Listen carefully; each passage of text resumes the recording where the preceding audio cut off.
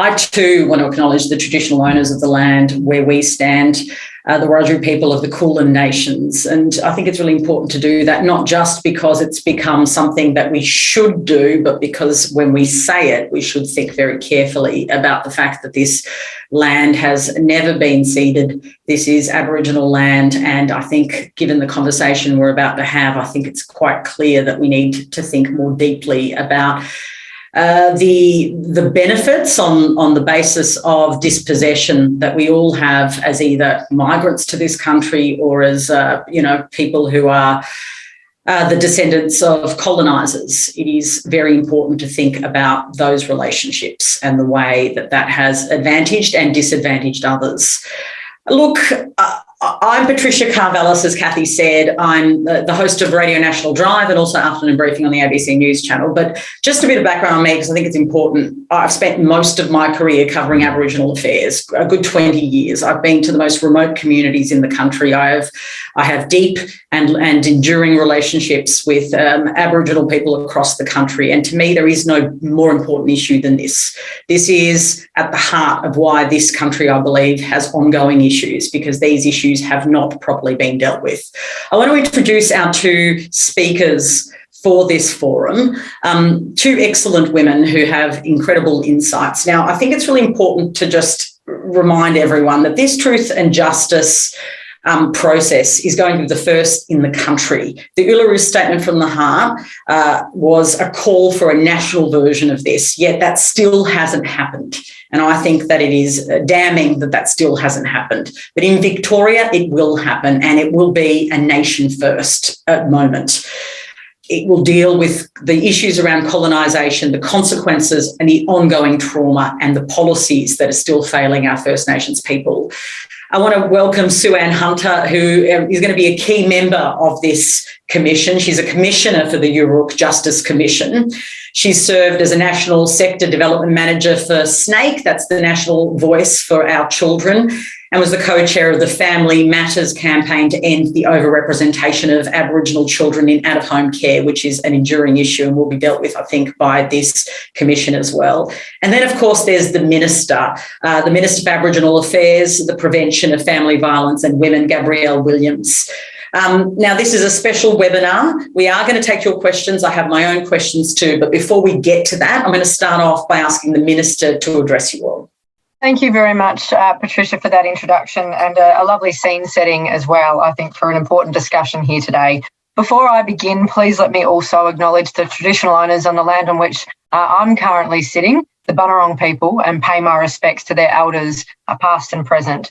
And I also want to acknowledge the traditional owners of country and First Nations people across our state and the continued strength, resilience and advocacy of the world's oldest living culture. This always was and always will be Aboriginal land.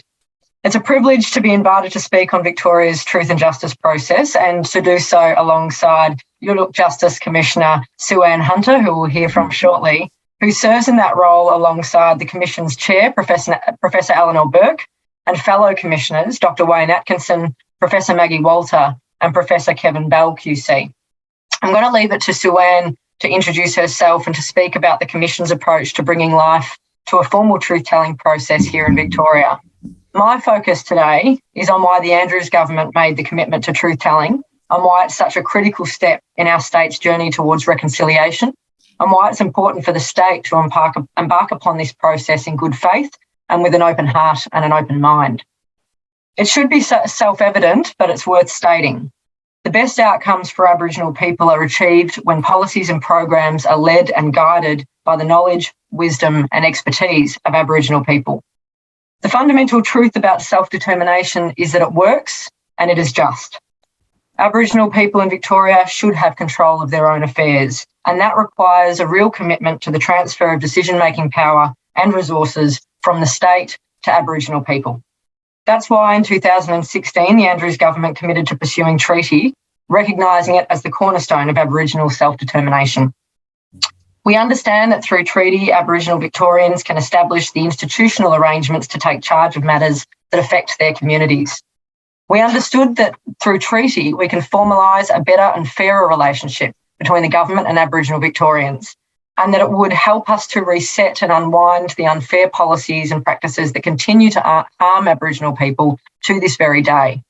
I'm proud of the significant progress we've made on Victoria's path to treaty, alongside, of course, the First Peoples Assembly of Victoria, the first ever statewide democratically elected representative body for Aboriginal Victorians. But through 2020, as we progressed discussions with the First Peoples Assembly on that architecture piece for treaty, we came to understand that we were negotiating a framework for a settlement between the state and First Peoples without a definitive and agreed understanding of our past. We came to understand that to negotiate a new political and institutional settlement with Aboriginal people, we must first talk about the Frontier Wars and Convincing Ground Massacre, of Batman's False Treaty, the Protectorates and Corrandirk, and the exclusion of Aboriginal diggers from the soldier settlement scheme, and so much more.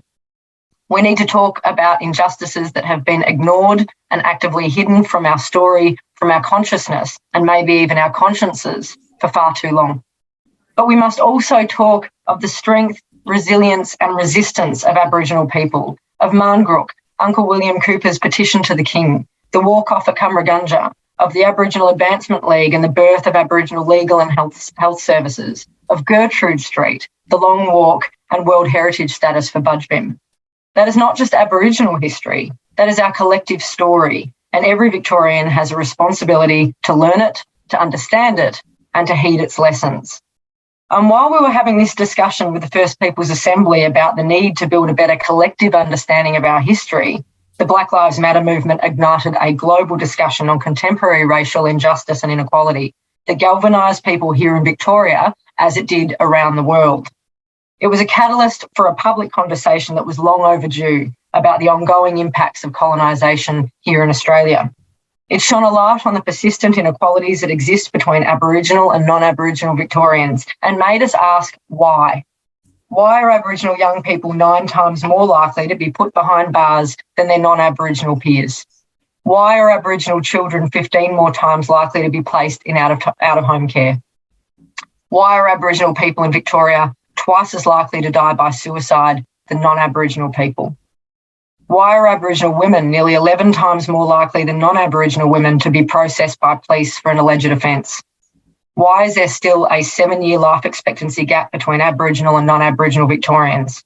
Why has progress been so slow? Why, despite considerable effort and investment, do disparities persist across so many indicators of health and wellbeing?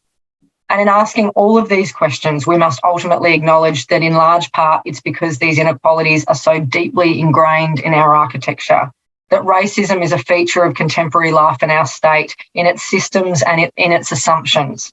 It's not that any one person or organisation is racist, but that there is systemic and structural racism across society that discriminates against Aboriginal people. Through Black Lives Matter, thousands of Victorians were agitating for long overdue change. But to address entrenched racism, you need to consider not just one system or structure, but what underpins them and what connects them. And that gets to the very fabric of our society and how it was founded. The state of Victoria was established with the specific intent of excluding Aboriginal people and their laws, culture, customs and tradition. It was built on the back of massacres, forced assimilation, the dispossession of land, dispersal of families and nations, and the removal of children. The truth is, the history of our state and nation is not as well understood as it needs to be. And this history and the systems it gave rise to continue to disproportionately harm Aboriginal people.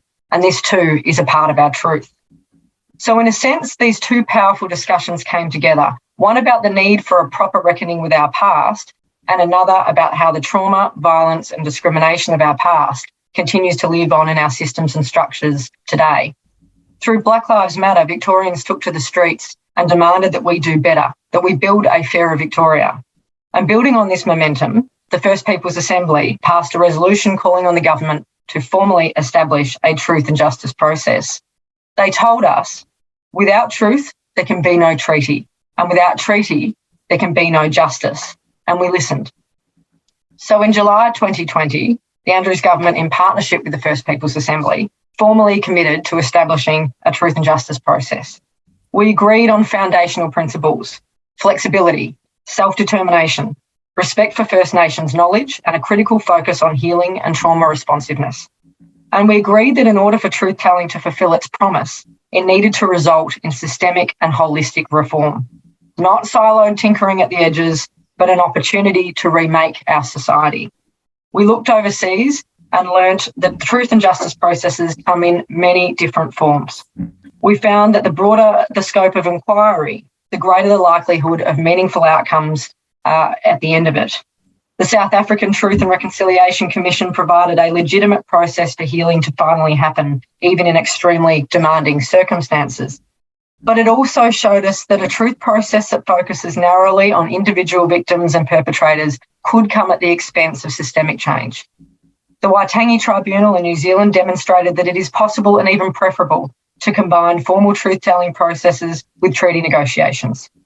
Importantly, the Canadian Truth and Reconciliation Commission demonstrated the importance of involving affected communities in the development and direction of a truth-telling process, and that it must reflect community aspirations. Ultimately, though, we knew that Victoria's approach to truth-telling must be our own. It must do no harm to First Nations people. It must foster healing, be culturally safe, and meet the needs and expectations of Victoria's Aboriginal communities. This means, of course, that self-determination and community ownership needs to be at the heart of the process. In May this year, the Acting Premier and myself, together with the co-chairs of the First Peoples Assembly, announced that the Yuluk Justice Commission had been formally established. Yuluk is the Wemba Wemba, Wamba Wamba word for truth. This is a unique undertaking in our state and indeed our nation's history, the first of its kind in Australia, and it has been developed in partnership with community.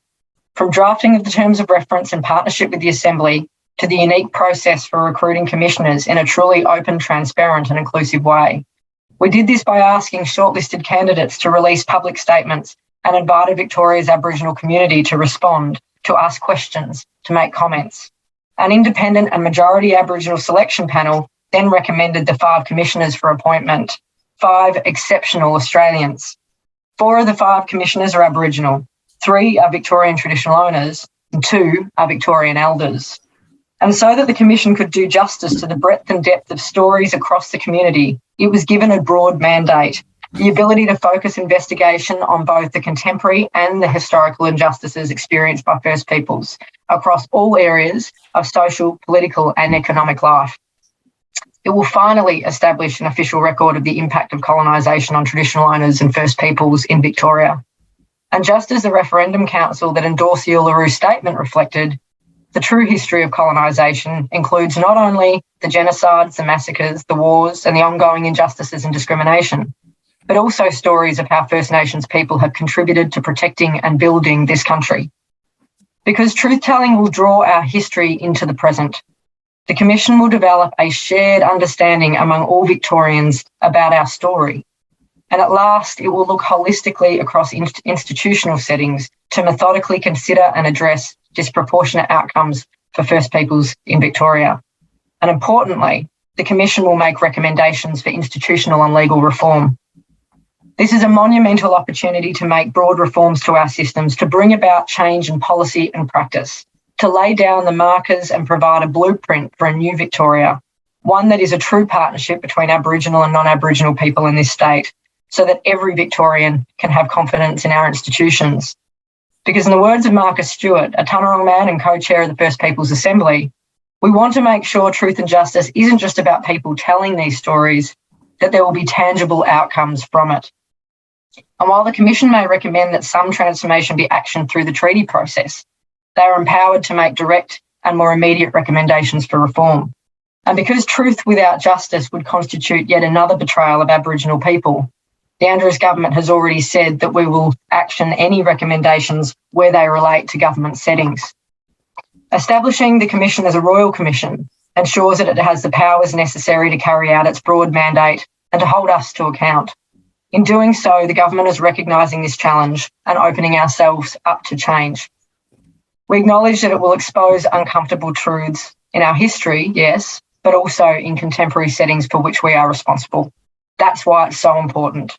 This process will lay solid foundations for treaty, ensuring we travel the next stage of this journey from a position of understanding. Until Aboriginal stories are heard, real healing and reconciliation cannot begin. Racism, systemic discrimination, disruption to the practice of culture, language and law are some of the many damaging legacies of colonisation. These damaging legacies are present in parts of our society and our institutions today, and they are still causing harm. This is our history, and it's also our today, but this pain need not characterise our tomorrow.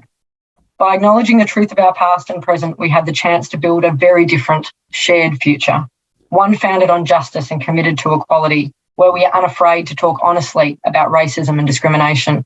We know this process won't be easy, but meaningful work rarely is. While truth-telling will shine a light on past wrongs and inequalities, it will also allow us to learn about custodianship of country, about protection of these lands and waterways, learn about the strength, survival, resistance and resilience of Aboriginal peoples and communities, and be proud of a culture that most of us may not be a part of, but can share in and celebrate.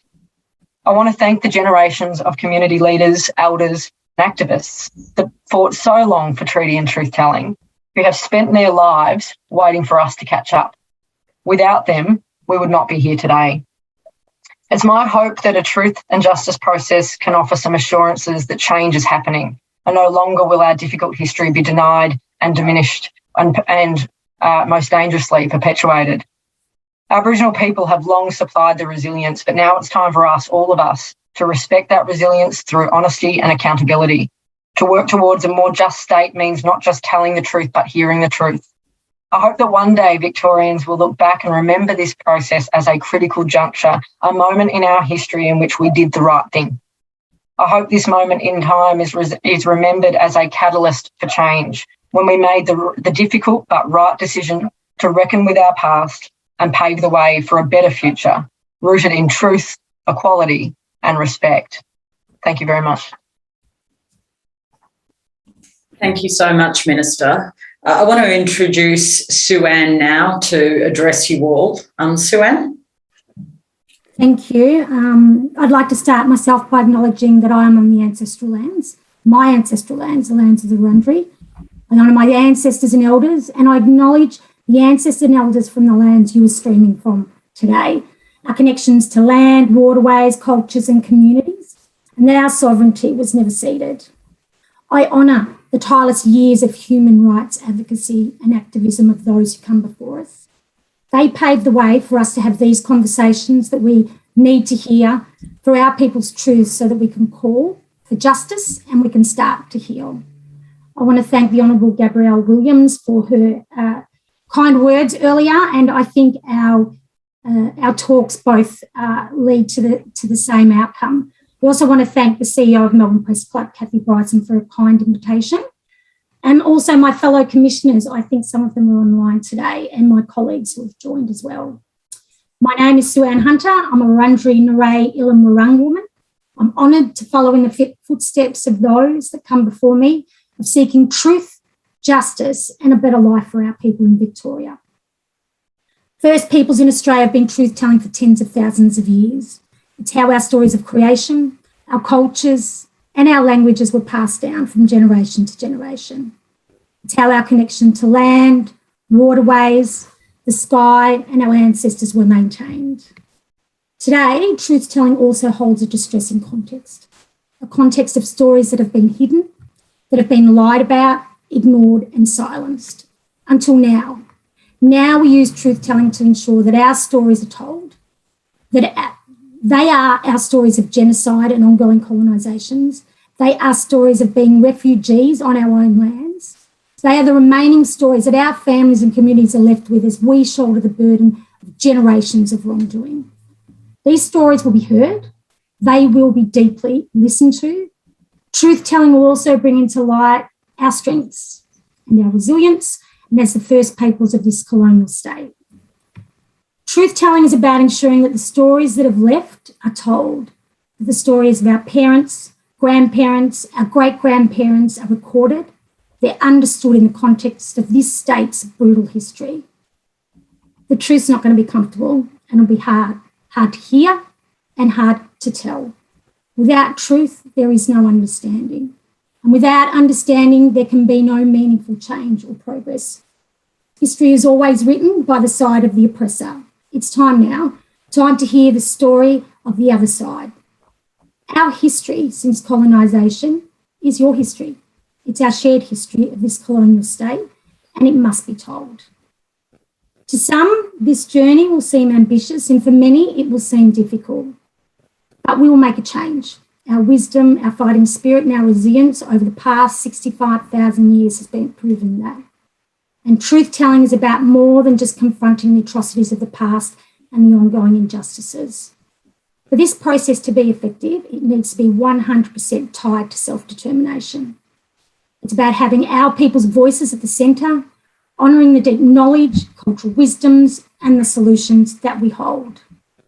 Yuruk is a Wamba Wamba word that means truth, and the Yuruk Justice Commission is open to truth, and it is mandated to create a shared, true narrative of Victoria's history.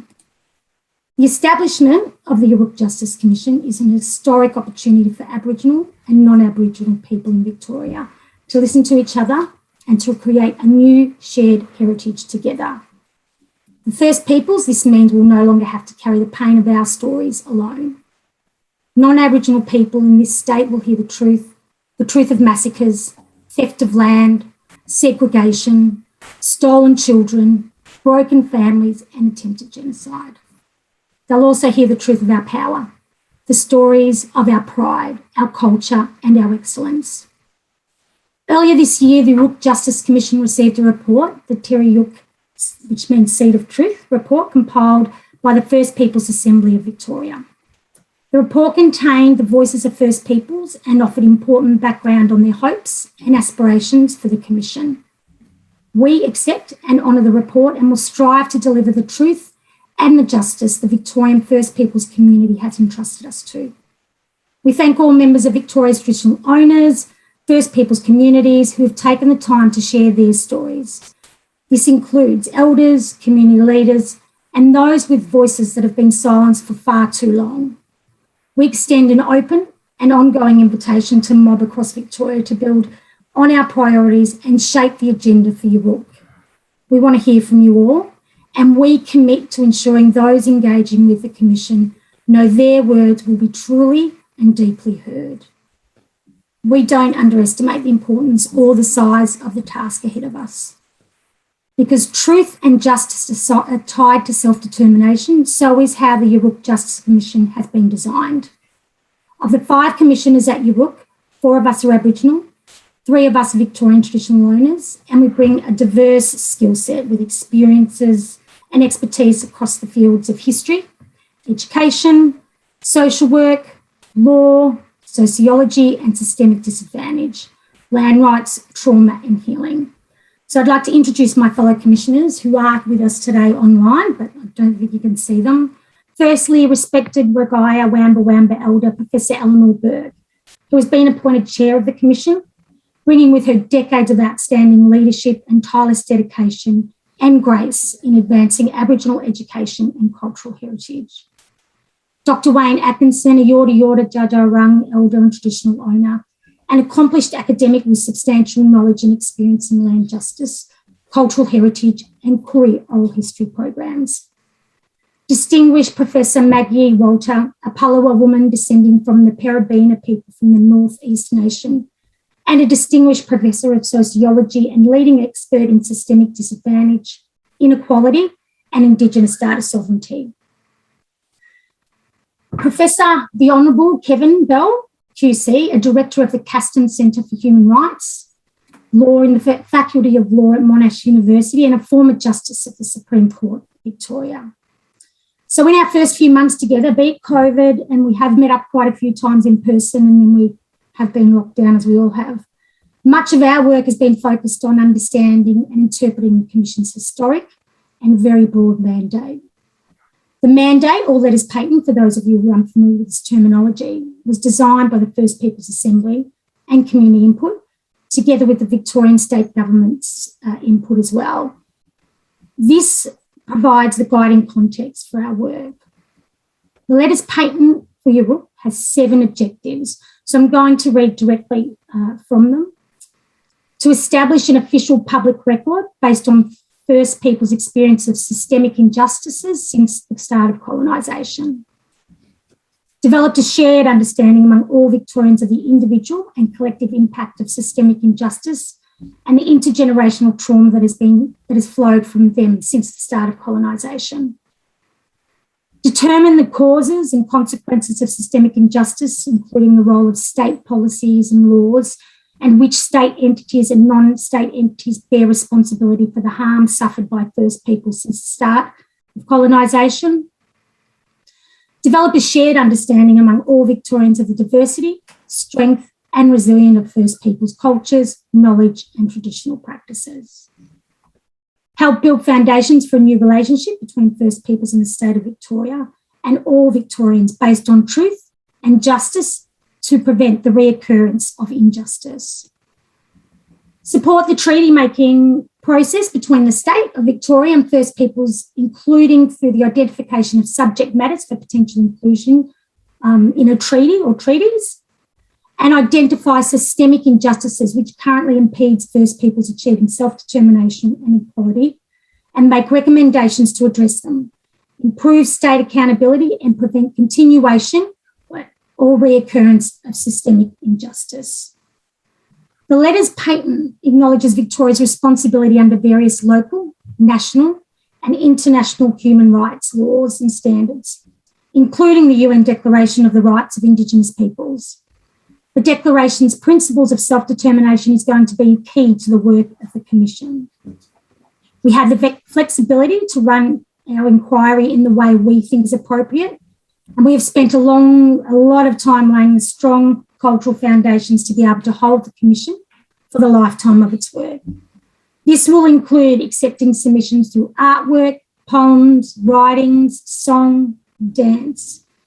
We will also ensure that throughout the truth-telling process, we do not re-traumatise our people, so we'll have the necessary supports in place to look after people who share the stories. The Commission will ask the Victorian Government and other institutions to answer questions and provide evidence to assist the Commissioners in the processes. And your Rook's letters patent require us to ensure that all the information we receive is treated in a way that First Peoples wish it to be treated, and that information that the people are providing is protected. In a world first for a Royal Commission, we will develop a data sovereignty protocols in consultation with traditional owners and other experts. And Commissioner Walter has a strong background in data sovereignty and will lead this work. I'll now step you through UROOC's vision, our goals and the priority areas we're proposing to focus on until the interim report is handed down, and that's in June next year. We are proposing to focus on 4 priority areas in the first 12 months. And so we've taken these priorities to community and we are currently getting feedback on them to ensure we have them right. And so at a high level, the 4 priority focus areas will be laying strong cultural foundations for trust and cultural legitimacy. This includes introducing UROOC and our values and our approach, the protection of First Peoples data sovereignty, and establishing culturally appropriate support systems. Number 2 is honouring the First Peoples elders and preserve knowledge. We are prioritising hearing from our elders and vulnerable community members. This is to make sure we don't lose any stories that our community are holding onto and to honour and respect the special place our elders have in community. We also want to prioritise any others whose vulnerability justifies a fast-tracked or early access approach. Importantly, as part of this priority, we also want to start to create a public conversation, especially about our vision and our approach. 3, laying the foundations for a comprehensive picture of systemic injustices against First Peoples. So in order to create a public record supported by evidence, we'll map existing knowledge, including First Peoples or community-led sources of knowledge, and develop a human rights-based framework. So we're proposing that our lines of inquiry reflect UNDRIP, the United Nations Declaration on the Rights of Indigenous Peoples. And finally, promote a coherent and holistic reform agenda. We acknowledge there is urgency and ongoing trauma involved in many First Peoples experiences with legal and state structures and policies. So as a result, we'll prioritise identifying reforms to state custody and we'll look at the Victorian Government's progress in implementing the recommendations of the Royal Commission into Aboriginal deaths in custody. These are the priorities we see as necessary first steps before calling for additional submissions and evidence and announcing hearings. Along with these priorities, our journey is informed by 3 goals of truth, understanding and transformation. Everything UROOC does and must and will contribute towards achieving these 3 goals. Truth, we're going to create a lasting public record about what has happened in the past and is still happening. We're going to detail how it came to occur and who and what is responsible. This truth will draw on a wide range of sources and take a holistic approach that recognises both the diversity, commonalities and continuities of First Peoples experiences. This will be the main focus of the inquiry part of UROOC's work. Understanding. This goal is about deep listening to the voices of First Peoples.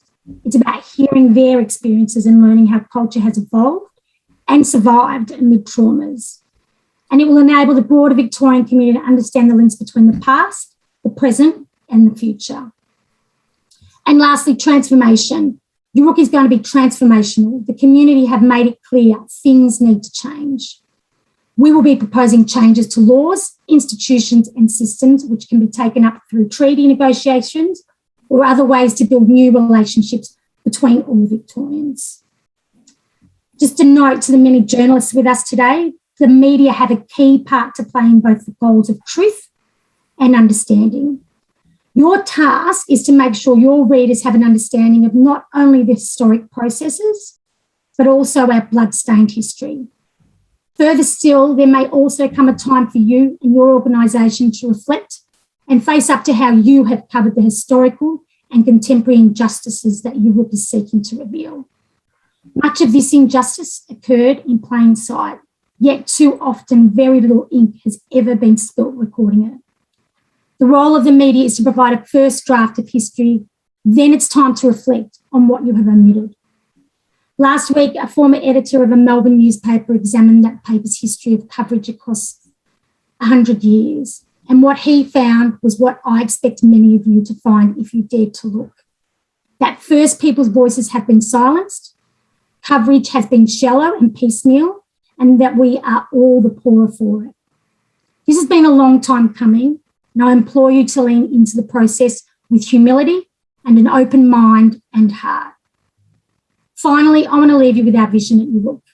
It is a transformed Victoria based on truth and justice and grounded in First Peoples' enduring spirit, cultures and self-determination. Truth, understanding and transformation. That's what we're here for. We look forward to you joining us on this journey. Thank you. A really good question I want to address to you, Sue-Ann, and it's this. I know everyone needs to feel pride and acceptance of the history, but please explain simply how this commission will assist and change the lives of Aboriginal people today. Simply by acknowledging the past and the atrocities of what's happened to those that come before us. And why, sorry, I'm sorry, I know you're not in one of my broadcast interviews, but I have to ask, why does that acknowledgement change lives? That acknowledgement changed lives because it brings to the forefront what has happened. It acknowledges what has happened, and it means that you've heard us and that when you truly listen, you can understand us. And it's not just about, it is about what the Minister just said. It's about bringing an understanding of how the past still sits in the room today, how that past sits with us today. And if you can understand that and that rich history and those generations of stories and all this that keeps our people protected that is lost, and we start to revive it and bring it back, the Victorian community gains this rich cultural understanding. We're a peoples who want to bring others along. We're a kind, caring peoples. We want you to be part of our culture, but we need you to understand it. We need you to understand how those past injustices put us in a position today where we can't self-determine ourselves, where we are behind the 8 ball at every statistic. We feel like, when you're brought up to feel like you don't matter or you're not part of society, that understanding of how you join those together and the history, it brings us back to matter, and we want to matter. Minister, look, we're pretty much nearly on running out of time, but I want to ask you this because I do think it's the role of government to try and help here. And it's this question from Heather. Hi, Heather.